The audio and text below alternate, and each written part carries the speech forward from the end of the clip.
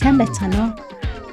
Монгол улс дахь Америкийн нэгдсэн улсын элчин сайдын яамнаас Америкийн засгийн газрын тэргүүлэх солилцооны хөтөлбөр болох Fulbright хөтөлбөрийн 75 жилийн энэ онд тохиож буйтай холбогдуулан явуулж буй подкастын энэхүү онцгой цувралаар та бүхэнтэй уулзж байгаадаа баяртай байна.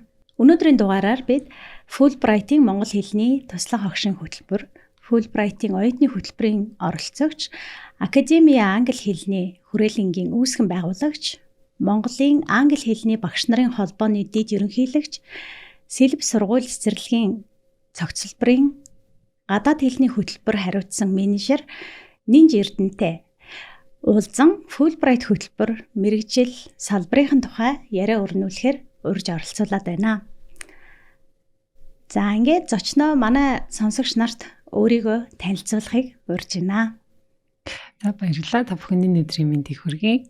За миний хувьд бол Fulbright-ийн 2 хөтөлбөрт хамрагдсан байгаа. Түрүүнд товчхон танилцуулсан шиг Монгол хэл Fulbright FLTA те Foreign Language Teaching Assistant буюу Америкт монгол хэл заах хөтөлбөр, туслах багшийн хөтөлбөр, нөгөөх нь болохоор яг магистрийн хөтөлбөр байгаа. Fulbright оюутан хөтөлбөр гэдэг student гэдэг. Тэгээ энэ 2 хөтөлбөрт хамгийн анхныхд нь 2008 онд хамрагдаж явж байсан. Тэгээ хоёр дахьт нь болохоор 2011 онд тус хамрагдаад тэгээ ерөнхийдөө яг энэ хоёрт хамрагдсанаар миний одооний байгаа хийж байгаа ажил бүх зүйл одоо ерөнхийдөө цаашаа ингээ улам гүнзгийрээд мэрэгшээд явах боломжууд олгогдсон байгаа. Тэгээ яг одоогоор бол яг 2 альбом тушаал дээр ер нь бол баг энэ 3 альбом тушаалыг хийгээ явж байна. Тэгээ нэг нь яг миний өөрийн хувийн институт байгаа. Тэгээд ерөнхийдөө хажуугаар нь хийдэг гэсэн үг. Тэгээ үндсэн ажил гэвэл шинээр байгуулагдсан Сэлб School of Innovation гэдэг инновацийн ер нь бол ерхий боловсролын сургууль. Гэхдээ нэлээд инновацлагдсан байдлаар боловсролын системд өөрийнхөө хувь нэрийг оруулах гэдэг ингээ байгуулагдсан сургууль байгаа. Тэгээ энд гадаад хэлээр хэрэгжих хөтөлбөрийн хариуцаад ингээд доороо бас нэлээд одон англиний багш нартай ингээд ажиллаж байна. Нөгөөх нь болохоор Монголын англиний багш нарын холбоо гэдэг ерөнхийдөө TESOL гэдэг олон улсын байгууллагын Монгол дахь салбар бас болоо явж байгаа юм байгууллага байдаг. Тэгээ энэ байгууллагуудад ерөнхийдөө яг энэ англиний заах арга зүй гэсэн мэргэжлэр өөрийнхөө хувь нэмрийг оруулаад явж байна. За баярлалаа. За тэгэхээр одоо хоёлаа яриагаа эхлэхээс өмнө сонсогч нартаа зориулаад хэрвээ та бүхэн манай элчин сайдын яамнаас явуулдаг Fulbright-ийн болон бусад солилцооны тэтгэлэгт хөтөлбөрийн тухай мэдээлэл авахыг хүсвэл mn.us.embassy.gov вебсайтыг болон Facebook, Twitter, Instagram дээрх манай USM Mongolia хуудсуудыг дагаарай гэж хэлье. За ингээд хоёлаа өнөөдрийнхөө ярианы эхний асуултаа асууя. За Fulbright-ийн хөтөлбөрийн талаар ер нь хизээ хэрхэн яаж мэдсэн бэ? Тэгээд хэдэн онд анх хаана ямар хөтөлбөрт нэг оролцсон бэ гэдэг талаараа тавчхан ярив. Ер нь л яг би их сургуулийг ер нь Хүмүүнлэгийн ухааны их сургуулийг төгссөн. Тэг яг төгсгөөс өмнө бас гадаад тэ байх боломж надад олцсон. Тэгээд нэг жил гарan гэсэн үг л дээ. Нэг академик жилээрээ бол 2 гэж тооцогдно. Тэгээ яг тэгээд буцаж ирээд ер нь яг энэ мэргэжил рүү орох миний гараа ихсэн л дээ. Би ерөөсөө багш болно гэд буцалтгүй шийдсэн. Гадаадаас ирээд тэгээд сургуулаа Хүмүүнлэгийн англиний багшийн мэргэжлэр төгсөөд тэгээд энэ ч 6 онд төгссөн л дөө. Тэгээд нэг 7 он 8 он хүртэл яг англиний багшаагаа явсан. Тэгээд яг 8 оноос ахуулаад нэг тэг гадагшаа явж улам гүнзгийрүүл сурмаар санагдаа те. Ер нь бол аюу салбартаа аюу сайн багш болъё те. Ер нь ялангуяа англиний багш учраас те англид орондоо сурмаар байдаг. Тэгээ боломж хайж байгаа. Тэгээ ер нь л интернетээр хайжсэн чинь энэ Fulbright гэдэг юунод гарч ирсэн. Тэгээ яг тэр үед аппликейшн нээгдсэн байсан л да. Тэгээ би хамгийн инээдтэй бүгд рүү материал өгсөн. Хамбри руу ч өгөөл, Fulbright руу нөгөөд бас FLT-гээ зарлагдсан байсан. Бараг гурван руу би материал өгсөн санаад байгаа хгүй. Тэгээд нөгөө хоёроос нь мэдээж миний болцол нь яг шаардлага хангагдаагүй байсан биж магадгүй. Ялангуяа Хамбри үл айгу тухайн үед би мэдэхгүй л өгсөн байсан л да. Зүгээр байсан юмд нь л өгсөн. Тэгээ яг сүүлд нь харахад бол ялцчгүй би тэнцгүй л байсан юм байл л дээ. Тэр чинь шаардлага нь айгу өөр те өөр хүмүүс хайдаг. Яг нөгөө FLT-д нь бол яг тэнцсэн. Тэгээд FLT намайг ярьслаханд дуудаа тэгээд тэнцээд тэгээд анх нөгөө Fulbright гэж амар хөтөлбөр байдیں۔ Ингээ тэ Америк яваад ерөөдөө амтыг нь мэдэрсэн л дээ өөрөө вэрээ туршлагаараа амсаа. Тэгээ ер нь бол би заавал магистр заавал авах хэрэгтэй байна гэдгийг ухаарсан. Тэр нь буцаж Америкт авах уу яах уу гэдэг. Ер нь бол эцсийн юу бол баг Америк дээр дахиад буусан л да. Тэгээд өөрөө сурыг гэхэр маш үнэтэй. Тэгээд дахиад энэ талаар судалж эхэлсэн л дээ. Тэгээд магистрийн хөтөлбөрт нь би өмнө хамрагдаагүй өмнө нь болохоор нөгөө зэргийн биш хөтөлбөрт хамрагдсан байсан учраас магистрт хамрагдах боломжтой байсан. Тэгээд тэрийг нь би өөрөө бас их судалсан л да. Тэгээд ирээд 9 онд ирээд тэгээд 10 онд нь дахиж материалаа өгөөд гэхдээ тэр нь бол нөгөө оюутныхт нь тэгээд 11 онд явсан байгаа тий. Тэгээ ер нь бол яг нөгөө хамгийн гол сэдэл нь бол нэгдүгээрт мэргэжлэрээ Америкт сураад тий боловсрол эзэмших нөгөө талаар бол ер нь бол өөрөө сурлаа гэхэд нөгөө санхүүгийн хувьд аюу боломжгүй байсан л да тий одоо хаанаас тийм хөнгө олох уу тий тэгэхээр ганц боломж нь бол тэтгэлэг байсан. Тэгээд хаагаад тэгээд шалгуурыг харсан тэнцэж болохоор харагдаа тийм материалаа өгөөд тэнцсэн ер нь л нэг тийм л давчхан төвхтэй тий. Аха. За тэгэхээр нөгөө FLTA буюу тэр Монгол хэлний хэл заадаг хөтөлбөртөө болон Fulbright-ийн магистрийн хөтөлбөр болохоор хоёр өөр university сургууль дээр суралцсан тийм. Хоёр өөр сургууль дээр. Ямар сургууль дээр вэ? FLT буюу тэр нөгөө Монгол хэл заах хөтөлбөрт нь болохоор Питтсбургийн их сургуульд явж исэн. 8 онд штэ. Тэгээд дараа нь болохоор яг нөгөө магистраар оюутны хөтөлбөрөөр бол SUNY буюу State University of New York гэдэг Нью-Йоркийн нөгөө уул нь бол Нью-Йоркийн Capital City тэ нөгөө Albany гэдэг. Тэгээд тийшээ явчихсан. Тэгээ анх Albany руу явахдаа Albany гэдэг хот байдгийг мэдээчгүй лээсэн л да. SUNY систем нь өөр аягүй том мэдээдэд байдаг. Тэгээ SUNY чи их олон газар байдаг сургууль л да тэ. Яг Нью-Йорк мужид дотроо хаас аягүй тархацсан сургууль тэ маш том нөгөө юм SUNY систем гэж ярьдаг тэ. State University of New York гийн сургуулиуд нь ингээд таарсан. Тэгээд Albany руу явахдаа бид нар Albany хот гэдэг нь яг Нью-Йорк мужийн төв хот юм байна гэдгийг мэдчихсэн тий. Наад нь бол нөгөө Нью-Йорк Ситигээр төсөөлсөн тий. Ер нь хүн болгон тэгдэг. Тэгээд сүүл тэнд очиж магистрт сурчаад тэгээ ирсэн тий.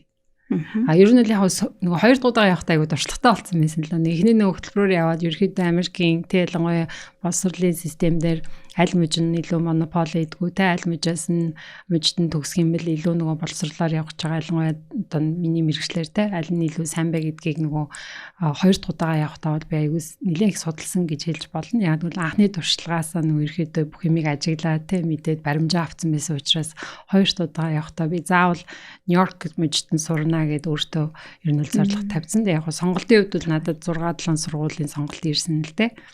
Тэгээд тэрэн дундаас яг Нью-Йорк мужид нь байгаа сургуулийг нь бол сонгосон байгаа тийм.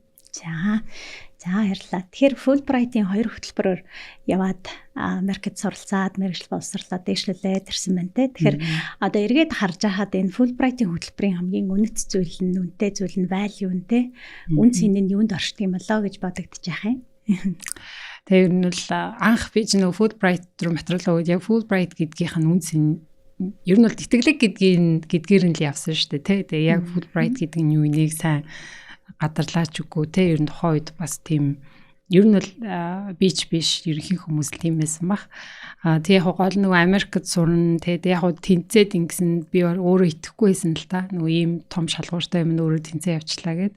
Тэгээ яг одоо ингээд хоёр хөтөлбөрийн ард гарцсан тий. Хоёр хөтөлбөр яг ингээд сураад ирээд ингэх ер нь бол одоо ингээ эргээд харахад бол Fulbright гэдэг нь өөрөө тийм legacy гэж байдаг те нэг юм уул мөр үлдээдэг те нэг мочир утгатай дараа нь ингээ дамжигдаа явдаг те юм legacyтэй өөрөө хөтөлбөр тэгээ яг нөгөө тухайн кандидат буюу нэр дэвшигчийг хайхтаа яг тэрийг үргэлжлүүлэх хүмүүсийг потенциалтай хүмүүсийг хайд юм болов те тэгээд тэрийг шалгууртаа ингээ шингээсэн тийм миний хувьд бол яг тэрний хөтөлбөр нь өөрөө хайж байгаа зүгээсээ надад тийг санагддаг ер нь бол бас ингээ тэнцэн бусад хүмүүсийг те харахаар бас тиймэрхүү байдаг. Тэгээд яг нөгөө хөтөлбөрт ингээд кандидат буюу өөрөө ингээд тэнцээд явах байгаа юм уу явсан хүмүүс яг тэр хүний зүгээс харахад бол энэ Fulbright гэдэг нэр нь тэр тэтгэлэг нь өөрөө үнэт зүйл гэж би ер нь бол миний хувьд тэгж хардаг. Яагаад тэгэхээр яг нөгөө Fulbright тэтгэлгээр би хоёр сургуульд явсан боловч те энэ хоёр сургууль нь өөрөлдвөл ер нь бол Америктаа бол яг дундаж Америк хүүхдүүд явдаг те. Эсвэл тийм амар үнэтэй биш те. Гэхдээ тэрэндээ биш одоо Harvard янз янзын үнэтэй сургуулиуд байгаа шүү дээ те. Тэгээ энэнд өөрөө төлбөрөө төлөөд юм уу ингээд сурж байгаа хүүхдүүдтэй харьцуулахад манай сургууль тийм амарлаг биш те. Миний явсан сургууль гэхдээ тэр нөгөө тэтгэлэг гэдгээр орж ирээд тэгээд тэр нөгөө Fulbright гэдэг юмдаа хамрагдаад ингээ явж байгаа нүрэ айгу үнэтэй зүйл надад санагддаг. Одоо тэр тэтгэлгээр явж байгаа бол би тэнтэй дундаж үнэтэй сургуульд явж гинүг үү гэдг нь надад нэг чухал байгаагүй л те. Ялангуяа хоёр дахь удаа явахдаа би энэ дээр үл яг тийм шийдэлтэй явсан. Би үнэтэй сургууль гэж зүтгэхгүй хамгийн гол энэ тэтгэлгээр явах юм бол надад эргээд ингээд буух юм аюу үлдэх юм аюу их юм байна гэдэг шийдлэр би сонгоо явсан байгаа. Тэрнээс биш өөрөө ингээд өөрөө зүтгээд те ингээ аюу үнэтэй сургуульд явах боломж бол мэдээж хүн болгонд байдаг те. Тэгэхээр тэр юм нь надад илүү гоё нандин санагдсан гэх юм уу да. За баярлалаа. Тэгэхээр сая бас юу болоо Fulbright-ийн хөтөлбөрөөр яваад ирэхэд бол энэ хөтөлбөр нь өөрөө тэтгэлэгтэй энэ хөтөлбөр нь үн цэн нь энэ хөтөлбөртөө тэтгэлэгтэй нэр хүндтэй оршдог байхаа гэд хэллээ те. Тэгэхээр одоо яг энэ Fulbright-ийн хөтөлбөрөөр яваад мэргэжлээ дэвшлүүлээд яваад ирсний хүний хувьд эргээд харах тэр бас өөрийн чинь яг карьерт энэ хөтөлбөр хэрхэн яаж нөлөөлсөн бэ гэдэг талаар тавчхан хэлэл юу гэж хэлэх вэ? Ер нь л яг нөгөө магистр гэдэг үйл ойлгомжтой байдаг те. Яг нөгөө мэрэгшиж явдаг штэ те. Нэг програмд ороод тэргээрээ мэрэгшээд ингээ явдаг. Миний хувьд бол нөгөө анхнаасаа яг энэ хөтөлбөрт хандхаас өмнө ажлын нэг 5-6 жил орчмын туршлагатай болсон байсан л да. Тэгээд тэр туршлагаас ер нь бол бүх төвшөнд англи хэл заагаад үзсэн, багш нартай хүртэл ажиллаад үзсэн. Тэгээд яг би цаашдаа яг юугаар мэрэгшээд илүү ингээ нарийсаад те ингээ илүү өөрийгөө одоо нөгөө боловсролын салбарт ингээд сорж үзгүү те мөн юун дээрээ би хүмүүст хуваалцах болох уу гэдгийг ингээ яг гаргалааг нь харсан л да. Тэг харчаад тэгээд яг энэ итгэл рүү би хандж исэн. Тэгээд яг тэрвэрэж тэр нь илүү нөгөө надад айгу тодорхой мөн уншигчтэй нөгөө миний материалыг үзэж байгаа хүмүүс ч гэсэн илүү тодорхой харагдсан баг. Тэгээд тэр утгаараа яг тэр өгсөн жилдээ тэнцсэн л дээ. Тэгэхээр ер нь бол альва нэг хөтөлбөртэй нэг хүн ингээ карьераа сонгоё гэдэг маань тэр хөтөлбөр рүү хандхаас өмнө байдаг л гэж би хэлээд байна. Тэгээ өмнө нь тэрийгээ өөрөө шийдсэн те. Яг бүх юм амар специфик буюу тодорхой байх албагүй. Гэхдээ ерөнхий юм гаргалгаа, ерөнхий юм замнал байх ёстой л да. Миний дараагийн 5-6 жил нэг иймэрхүү тэгээ би энэ салбарт яг ийм чиглэлийг ингээ энэ асуудлыг жоохон шийдэх гэж үзье гэсэн те. Миний хувьд л яг тэгэж сонгосон. Яг ингээ ажлын байран дээр 5-6 жил ингээд ажиллаж байгаа англи хэл зааж авах явцад шийдлүүд олох шийдлүүд айгүйх байсан, асуудлууд байсан. Гэхдээ тэрэнд шийдэл олоод энэ салбарт жоохон тэ ингээ өөрийнхөө хувь нэмрийг оруулаад магадгүй анхдагч пайонер гэж хэлдэг тэ. Анхдагч байхгүй бол ангидгаж болох хэрэгтэй байдаг. Нуруунд дээр амир их ачаа ирдэг. Гэхдээ тэр ачааг хэн нэгэн хүн заавал багч гэсэн хэмжээгээр үүрэлцэхгүй л хэзээ тэр салбар хөгжихгүй ч юм уу тэ. Тэгэхээр яг тийм сэтлэр нөгөө тухай залууч хийсний хэлгөө тэ. Дөнгөж 20-д тэ. Тэгээд яг тийм сэтлэр энэ тэтгэлэг рүү хандаа тэгээд тэнцээ явсан байгаа. Тэгэхээр энийг нөгөө өмнө нь шийтгэл гэж би хэлмээр. Тэгэхгүй хүмүүс нөгөө тэтгэлэг рүү хандах үедээ энийгээ бас нэг тодорхой болгоогүй байдаг. Тэгээд сурж ирчээд бас дараа нь энэ мэрэгчлэрээ сурдаггүй те ингээд шал өөр юмыг явцдаг л та жоохон хайрынч гэх юм уу. Аха. За тэгэхээр ер нь бол угаас эхнээсээ өөрийнхөө ирээдүйн зорилгыг тавьсан. Тэгээ Fulbright-ийн хөтөлбөрт яваад ирснээрээ яг карьерийнхаа тэр өөрийнхөө өсөж хөгжиж те ингээх одоо яг тэр төлөвлөснийхөө дагуу үр дүнд хүрэхэд нь Fulbright-ийн хөтөлбөр тусалсан гэж ойлголоо тийм. Магистрийн хөтөлбөрөнд тусалсан тийм. За баярлалаа. За дараагийн асуулт нь болохоор англи хэлний сургалтын чиглэлээр ингээд нэлээд олон жил ажиллаа гэж сая ярьлаа шүү дээ. Тэгэхээр эдгээр туршлага дээр үндэслээд ярих юм бол ер нь одоо англи хэлний сургалт Монгол улсад ямар төвшөнд явж ийн гэж харж байгаа вэ? Ер нь бол анх би нөгөө англи хэл заах гараа маань ер нь бол Таиландын Бангкокоос эхэлж ирсэн. Их хүмүүнлэгийн сургууль оюутан байхад боломж гараад тийшээ интерншип хийгээд тэгтээ тэр интерншип нь нөгөө шууд сургуулиар очиж заах байсан англи хэл. Нэг олон улсын international school Бангкок маш олон international school байдаг. Тэгээд тэрний нэг сургууль дээр очиод ингээд заасан л та. Тэгээд тэндээс яг нөгөө хүүхдүүдтэй ажиллаад багш гэдэг чи ямар тэ гоё мэрэгчлээ гэдгийг яг ингээд өөрөө мэдрээд тэгээд тэндээс хулаад нөгөө гадаад орчинд англи хэл зааж агаад гадаад хүүхдүүдэд тэгээ Монгол руу ирээд Монгол зааж агаад ингээд тэгээ дараа нь Америкт очиод тэнд байгаа иммигрантүүд те рефужи гэл ингээд янз янзын аудиенс заасан л та. Тэгээ ингээ харж байгаа. Тэгээ нөгөө Монгол босож ирээд те ингээд харж агаад манай Монгол англи хэл яг айгу сүүлийн маш богино хугацаанд айгу эрчимтэй дэлгэрсэн. Тэгээ нөгөө сурах хэрэгцээ нь маш их өссөн гэсэн хүмүүсийн.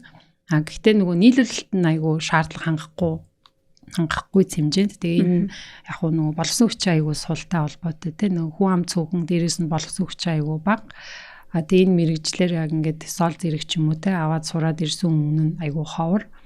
Эсвэл иймэрхүү хүмүүс нь маш үнэтэй байдаг. Одоо гаднаас бид нар ийм хүмүүс аавна бол маш үнэтэй шүү дээ те зардлын дийлэхгүй ч юм уу те. Тэгэхээр дотоодоосоо бид нар нөгөө эрэлт хэрэгцээ гэдэг юм шийдэж явахгүй бол хүн болгон Америкт сурна, гадаад сурна гэвэл бас тийм санхүүгийн боломж бас юу илээ те. Тэгээ яг нөгөө одооны гол тулгараад байгаа бэрхшээл нь тэр нөгөө эрэлт нийлүүлэлт гэдэг нь одоо эрэлт их байгаа мөртлөө нийлүүлэлт шаардлага хангахгүй байгаа нь нөгөө боловсон хүчинтэй их холбоотой болчиход байгаа. Тэгээ нөгөө нийлүүлэлт гэдэг нь одоо л юу вэ гэвэл нөгөө зүгээр жирийн англи хэлээс те basic англи хэлээс илүү гүнзгийрсэн академик түвшинд те одоо ихтэй зургуул сурах юм уу юм уншаад ойлгоод дүгнэлтийг анализ хийгээ те тэрийгэ бичдэг ярьдаг юм уу илтгэл тавьдаг тийм түвшний юм гүнзгийрсэн англи хэл одоо илүү ингээ эрэлттэй болцсон. Тэгээ тэрийг нийлүүлэх нөгөө нийлүүлэлт нь жоохон сул шаардлагын түвшинд биш л яваад байна л та тий. Зөв. За тэгэхээр ерөнхийдөө бол яг англи хэлний эрэлт их байгаа боловч нийлүүлэлтийн хувьд багш нарыг ерөнхийдөө хөгжүүлэх хэрэгцээ шаардлага их байгаа л гэж үзэж байгаа юм шүү дээ. За тэгээд ерөнхийдөө англи хэлний энэ сургалтын ирээдүйн чиг хандлага ер нь ямар болно? Ойрын хугацаанд ер нь ирээдүйдээ ямар байвал тэр нийлүүлэлтийг сайжруулах, тэр багшийг хөгжүүлэх чиглэлээр ер нь ямар хөө зүйлсийг хийвэл зохистой байгаа гэдээ өөрт чинь бодогдож идэг зүйлээ хуваалцаж. Ер нь л багш нарын хөгжил дээр бол нөгөө чухал гэдгийг те анзаарсан, анхаарсан. Тэгээд маш их ажил явагдаж байна л да. Багш нарыг хөгжүүлэхдээ те ялангуяа англи багш нар дээр хотын орнууд ч тэр хотод ч тэр те дунд сургууль болон ихтэй сургуулийн гээд тэгэхээр яг одоо нэг ажил нь бол те нөгөө манай англи багш нарын холбооноос ингээд жил болгон хурал идэг те англи багш нар зөвлөсөн заах аргын хурал байн. За тэнд маань орон нутгаас болон Улаанбаатараас багш нар оролцоод анги дээр ихтгэл тавьдаг те энэ ч одоо нэг мэрэгжлээ дээшлүүлж байгаа мөн сурсан юм хувааж байгаа маш том давцсан л да. Мөн одоо Америк хэлний сайдын яамнаас багш нар зориулсан те зүүн сургуулийн орон нутгийн багш нар зориулсан хөтөлбөрүүд хэрэгжиж байна те. Тэгэхээр багш нарын хувьд бол одоо чадахчил тодорхой хэмжээнд явагдаж байгаа. Одоо хамгийн гол нь нөгөө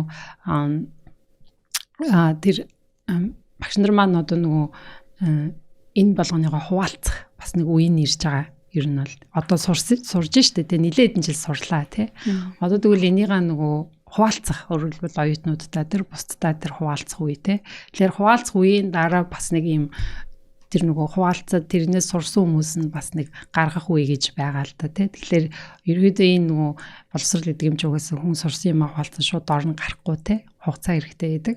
Тэгээ яг нөгөө багш нар маань бас өөрсдөө зүгээр юм хуваалцахаас гадна өөрсдөө одоо энэ нөгөө стандарт гэдэг юм босгох тий. Өөртөө ингээд тэр стандартыг бичлэх хэрэгтэй байгаа. Нөгөө английн үндэсний хөтөлбөр тэгтэл стандарт гэдэг юм манад хараахан байхгүй байгаа тий. Зүгээр curriculum буюу хөтөлбөр гэж байгаа боловч стандарт гэдэг юм манад айгу одоо бүдэг батаг байдаг. Тэгэхээр энийг багш нар л босголцох ёстой гэж би хардаг. Яагаад тэгэхээр багш нар өөрсдөө дунд нь орон зовлонгийн мэдэн тий өөрсдөө яг байдал юу аа гэдгийг анги танхим оюутнуудынхаа туршлагаас мэдж байгаа учраас тэрнээс ш бодлого хичээл сууж байгаа нэг өрөөнд сууж байгаа хүн бол энэний талаар ойлголт маш бага тий. Тэгэхээр багш нар энэ дээр илүү түлхүү тий дуу хоолойгоо нэгтгэхэд за ямар нэгэн community-гаар дамжуулаад бас энийг хийх ёстой л гэж бодож байна. За баярлалаа. За тэгэхээр одоо нинжа багш маань болохоор сая одоо өөрийн одоо академия гэд сургалтын төвтэй байгаа төвдөө ажиллаж байгаа тий хажуугаар нь сэлб сургуульд ажиллаж байгаа. За дээрэс нь Монголын англи хэлний багш нарын холбооны дэд ерөнхийлөгч тэргүүлэгчээр ажиллаж байгаа гэд олон ажлуудыг зэрэг амжуулж хийж явж байна тий. За дээрэс нь бас энэ олон газруудад ажиллаж исэн гадаадд дотоодд олон байгууллагуудад ажиллаж исэн хүний хувьд одоо энэ ажиллаж исэн хөтөлбөрүүд төслүүд зэрэг энэ хөтөлбөрүүд дотроосоо одоо өөрийн чинь оролцож исэн хамгийн гой бахархдаг тийм хөтөлбөр төсөл юу байсан бэ гэж асуувал ямар хөтөлбөрийг нэрлэх вэ? Ер нь л яг нэг дандаа ангилалтай холбоотой л ажлууд би хийжсэн. Ангилны боловсрол заа гаргах зүй те. Эсвэл нэг төр төслийн ажил байсан ч гэсэн заавал тэрнэр англи хэл оролцдог те.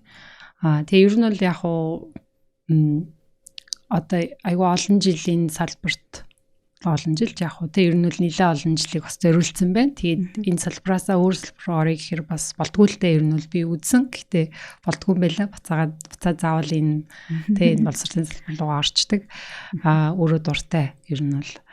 Тэгээ яг ер нь бол нөгөө хоёр яг Fulbright-аар төгсөж ирээд те тэгээ Fulbright гэдэг чинь магистраар би мэрэгшээд ирчихээр ер нь цаашаага яг нөгөө энэ салбарт яг мэрэгшиж явах тийм шаардлага гараад ирчихэж байгаа юм. Тэгээ яг өөрөө тийм эрэлтгүй тийм юм бодогдож эхэлдэг. Тэгээ 13 онд нөгөө магистрийн хөтөлбөрөөр төгсөж ирээд одоо Монголын английн багш нарын холбоо гэх те. Тэгээ энд бол төрийн бас байгууллага шүү дээ. Энд чинь төрийн бас байгууллага тэгээд ажилд орвол цалингүй те.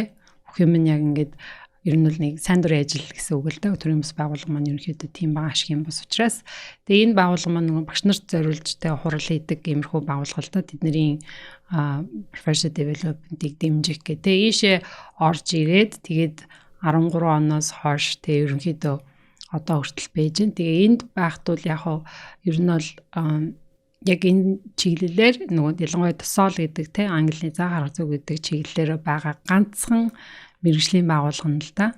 Тэгээд яг энд ажиллаж байгаагийн төлөө би цалин авдаггүй. Гэхдээ энд хийж байгаа зүйл маань надад эргээгээд нөгөө одоо маш их мэргэжлийн талаасаа те боломжуудыг олгодог л доо. Яг нөгөө үндсэн ажил маань өөр ажил яагаад байгаа те одоо нөгөө амьдралаа зогоодог ажил гэж байдаг те. Тэр нь одоо академиагийн институт ч юм уу те одоо англи хэл заахаа эсвэл өөр нэг төсөлтэй эсвэл сэлб сургууль цэцэрлэгт ажиллах ч юм уу те. Гэтэл яг нөгөө хүн бол ерөнхийдөө хоёр янзаар өөрийнхөө тэр нөгөө сэтгэл зүйн эрэлт хэрэгцээг хангадаг юм шиг байгаа. Нэг нь бол яг нөгөө амьдралаа зогоох ажил гэдэг те. Нөгөөх нь болохоор яг сэтгэл зүйн одоо нөгөө жишээлбэл чи зүгээр материалын зүйлээр биш өөр зүйлээр бас хүмүүс нийгэм төв нэмрээ оруулдаг те.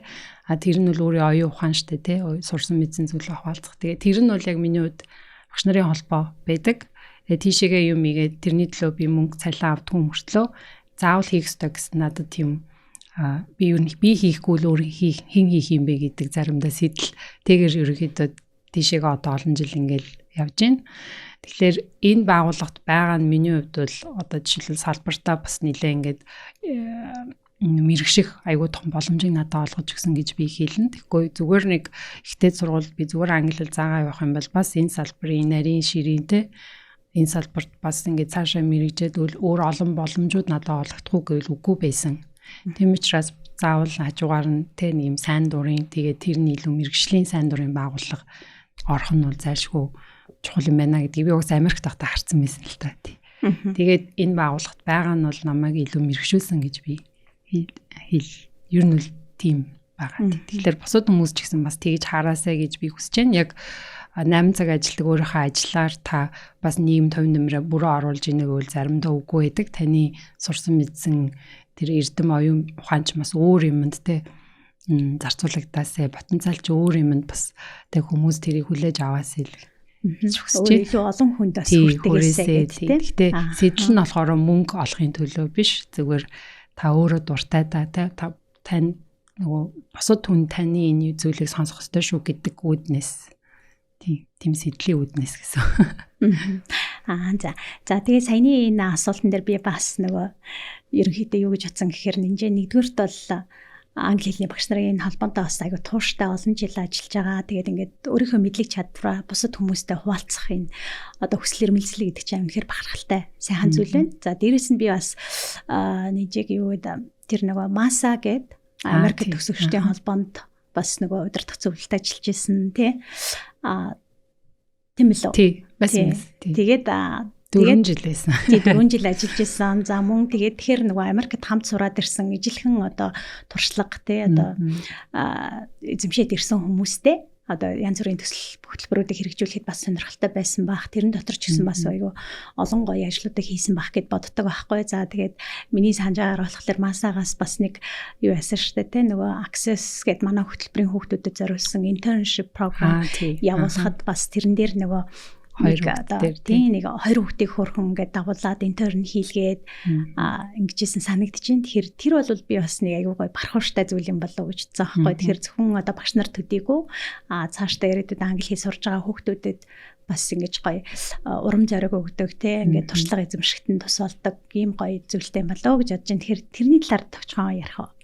Тэр болохоор нөгөө Access гэдэг бас юм нэг мини тийм micro scholarship байдаг те. Одоо юу дээр чи ихтэй сургуулийн хүүхдүүд ахлах сургуулийн хүүхдүүд ордог. Ихтэй сургууль руу орохтоос дэмжиж өгөө те. Тэр нь над дээр болохоор нөгөө яг тэр үед би бас масад байсан. Масагийн боор туузад бас гишүүн байсан. Тэгээд туузынхаа гишүүд рүү эхэлж хандаад одоо иймэрхүү хүүхдүүд байна. Тэгээ өөрийнхөө мэрэгчлэр ингээд ментортай тэг ингээд туршлага асуудалмаар ингээд тэгээд багшийн дээдийн англи мэрэгчлэлээр сурч исэн 2 хүүхдийг надад санал болгосон. Тэгээд тэр 2 хүүхд охинтой би ярьцлага хийгээд CV-г нь үзээд тэгээд ер нь бол өөрийнхөө хувьд би яг нөгөө академик институтэд өнгөж байгуулсан бас хүн хүч хэрэгтэй байсан л да. Тэгээд тэр 2-ыг өөр дээрээ нэг 2 жил дагалдангаар аваад тэгээд хичээл заагаад ингээ явсан. Тэгээд ер нь бол цалинтай ер нь бол яг хөө тэр бол бас аюу тийм миний хувьд л би нэг хийх ёстой гэсэн тийм югаар хийсэн. Тэгтээ яг гоо бусдын яах вэ би мэдэхгүй байна.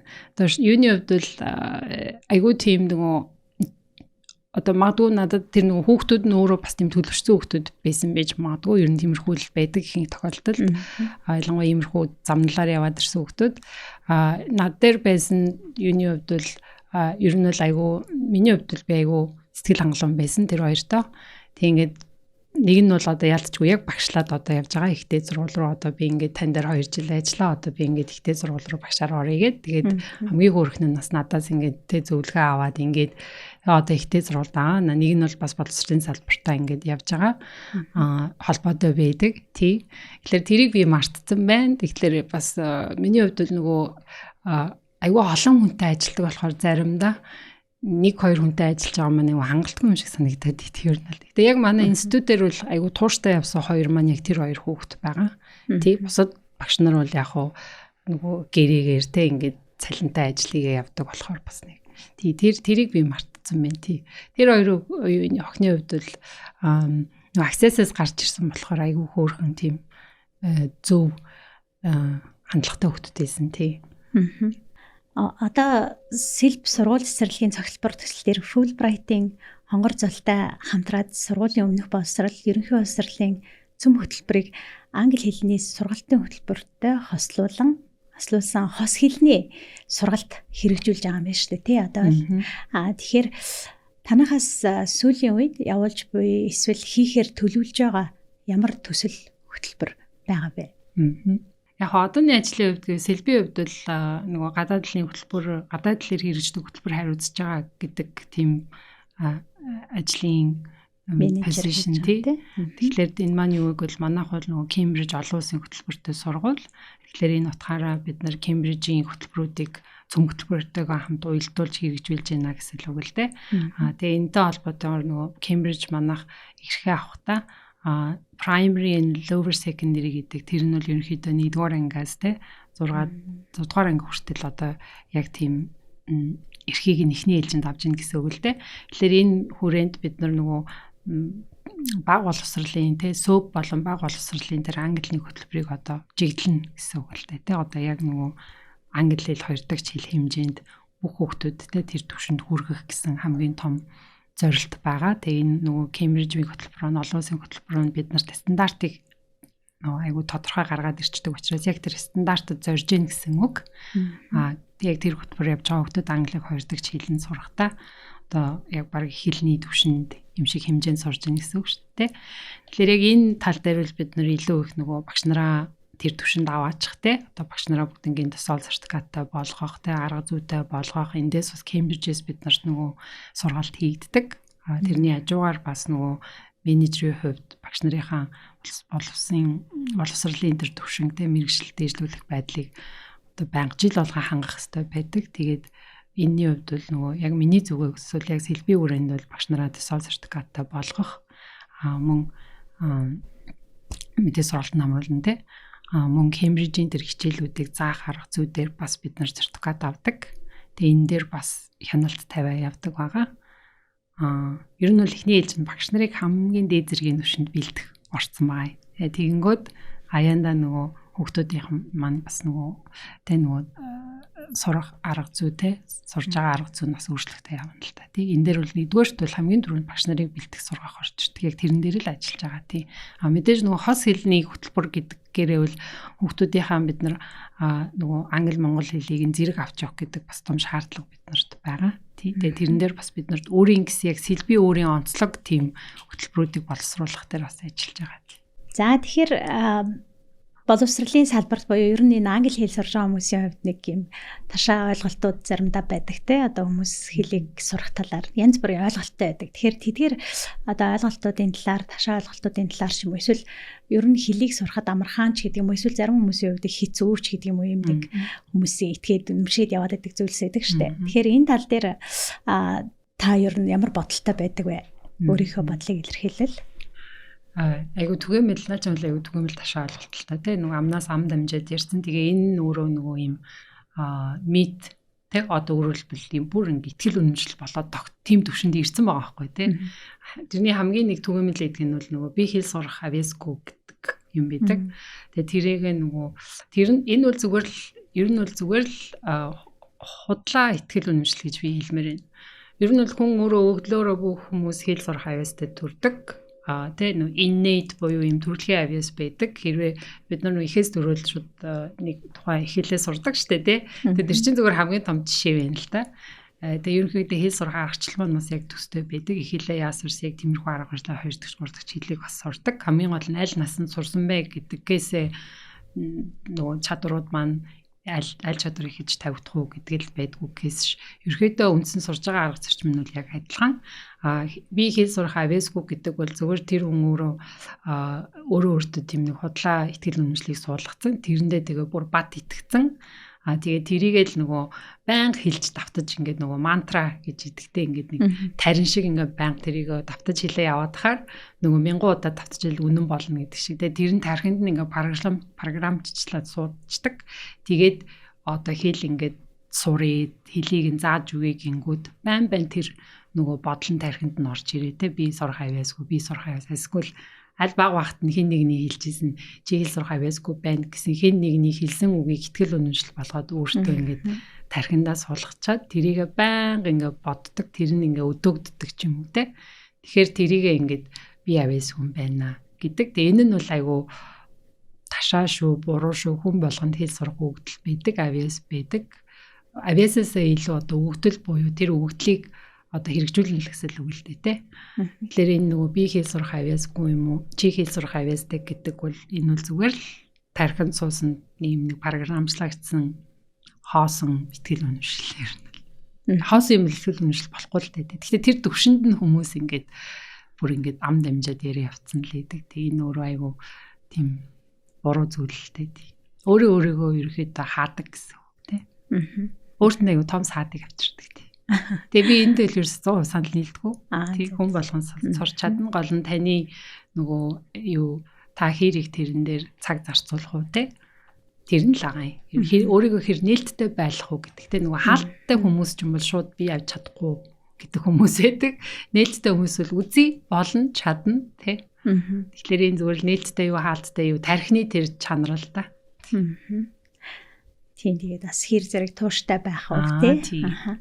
За тэгэхээр ер нь одоо хэрвээ та өөртөө ярилцах боломж олдвол ер нь өөртөө юу захих вэ? Буюу одоо нэгсэндээ та өөртөө амьдралдаа гаргаж ирсэн ямар нэгэн алдаа ч юм уу, ямар нэгэн бэрхшээлээс те суралцсан зүйл юу байдаг бол тэр талаараа ярил. Тэг ер нь бол тэгэл амьдрал тэр чигээрэл ер нь бол сонирхолтой тэг юмнууд зөндөө тохиолддог. Тэгээ ер нь бол яг хуу миний амьдралд маш олон хүн эерэг нөлөө үзүүлж исэн. Тэгээ тэр болгоныг дурдна гэвэл одоо зөндөөлийн тий бид нар ч нөгөө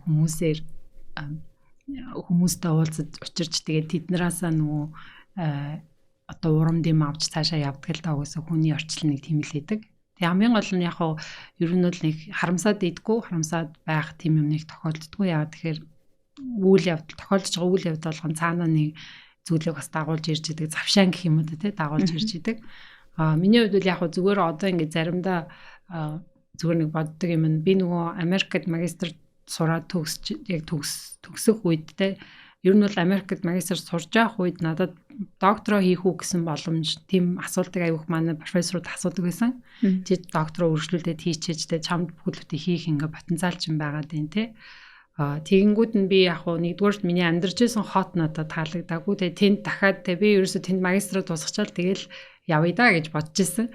Хэрвээ яг тэр хот нь өөрөө 100% таалагдсан бол би дахиад тэнд 5 жил амьдран те нөгөө доктор чи 5 жил хийдэг. Тэгж бодоод ернүүдээ би нэг амир үлдээ гэж бодоагүй. Тэгээд докторийн хувьд бол нөгөө ерөөхдөө тэтгэлэгтэй олдох боломж нь бийсэн. Тэгээд дахиад үргэлжлүүлээд 5 жил би энэ хотод байна гэж бодсон чинь нөгөө надад жоохон тийм нэг явмаар санагдаад гэрлүүгөө Монгол руу уцмаар санагдаад тэгээд яг хуу буцаад ирсэн л дээ сургуулаа төгсчөөд тэгээд яг хуу дараа нь удахгүй би докторт явандаа гэсэн чинь ингээд араасаа хийх ажлууд айгүйх гараад ирсэн. Тэгээд тэг нөгөө энд бас нөгөө Монголд ч бас айгүйх боломжууд байдаг.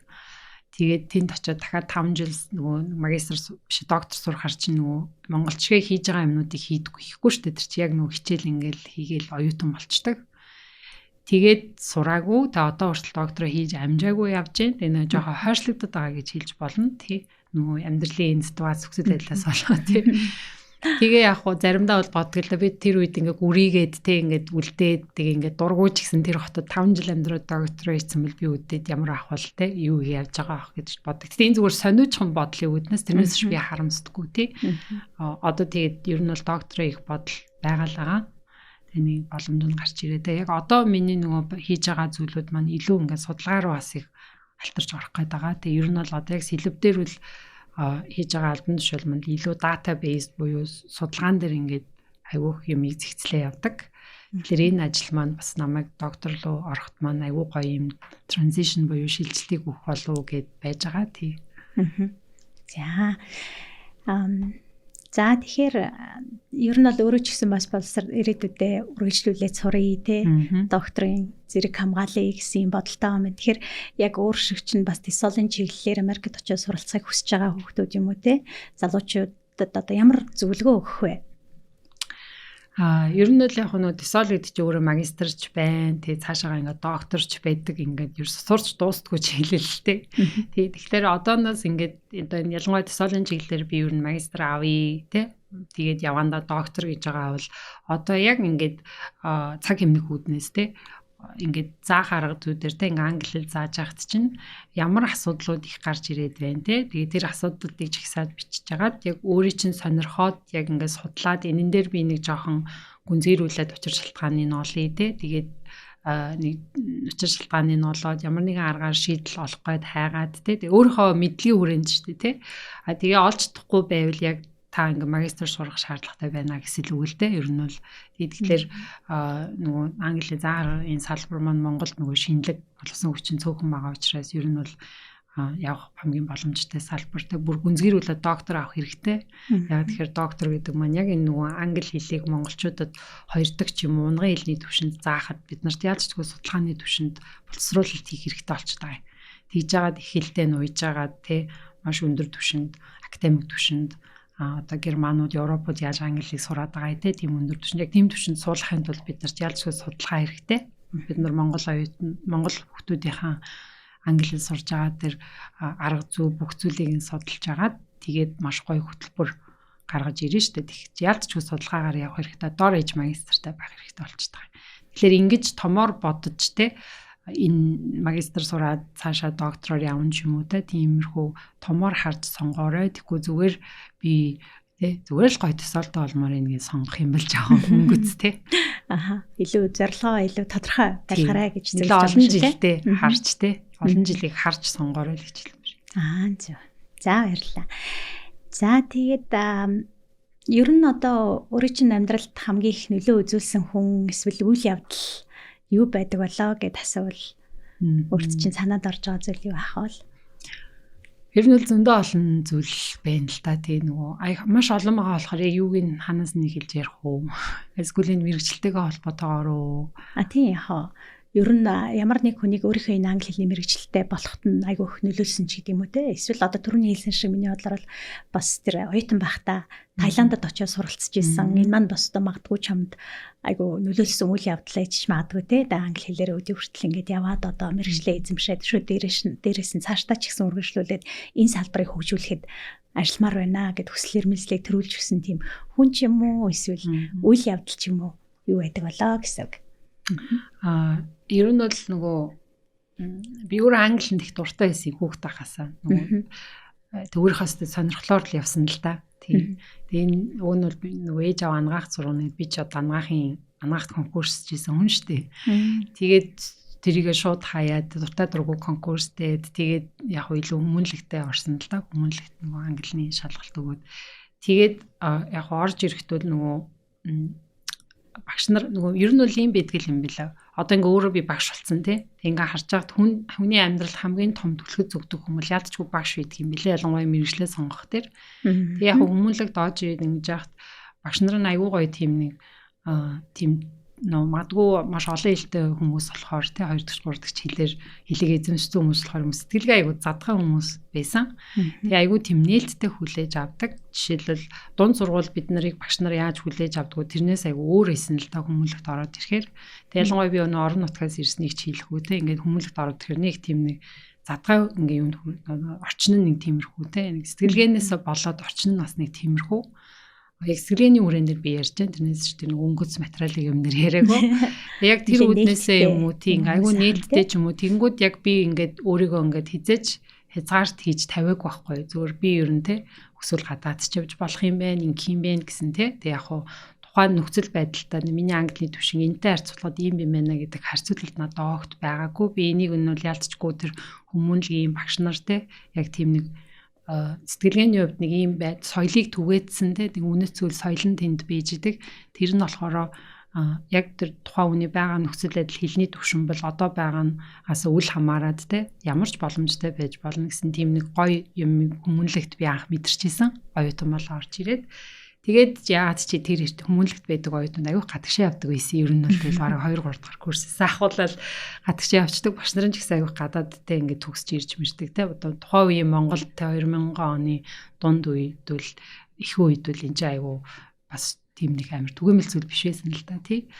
Тэгээд аюух гадаад сурсан хүмүүс манай засар шилжилж ирдэг тий. Тэр орчин нь надад тийм ингээд бивэл те өсвөл би те хаач юу ч хийж болно гэсэн тийм нэг гоё юмыг хүсэн ер нь бол тий. Тэгээд тэр ирчээрээ ерөнхийдөө явсаар байгаа л яг үдээ тэ Америкт бол тэр Америк хүүхдүүдтэй адилхан Америкт ч гэсэн сурж байхдаа би өөрийгөө хизээч би Монголоос ирсэн миний англи хэл муу тэ би ядуу орноос ирсэн гэсэн надад хизээч нэг ч бодол нэг ч өдөр надад төрдөггүй байсан.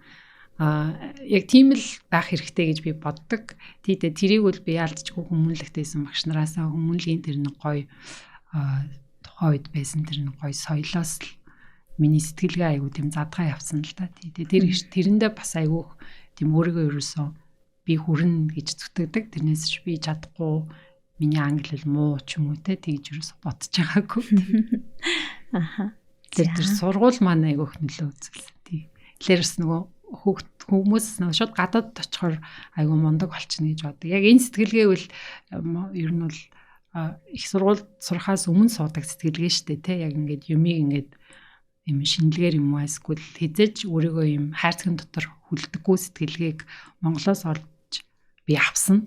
Тэгж л хэлмээр энэс хүмүүс энийг гадаад очиод олоод авчна гэж боддог л те энэ айгу ташаа ойлголт байхгүй тий. Аа. Тэгэхээр одоо өөрөөс чинь ямар нэгэн асуугаагүй асуулт байгаа болоо хэрвээ одоо өөрөө энэ подкастыг хөтлж ирсэн бол заавал асуух хэвээр энэ лимийг заавал асуух хэвээр байсан даа гэж бодож байгаа зүйл байвал.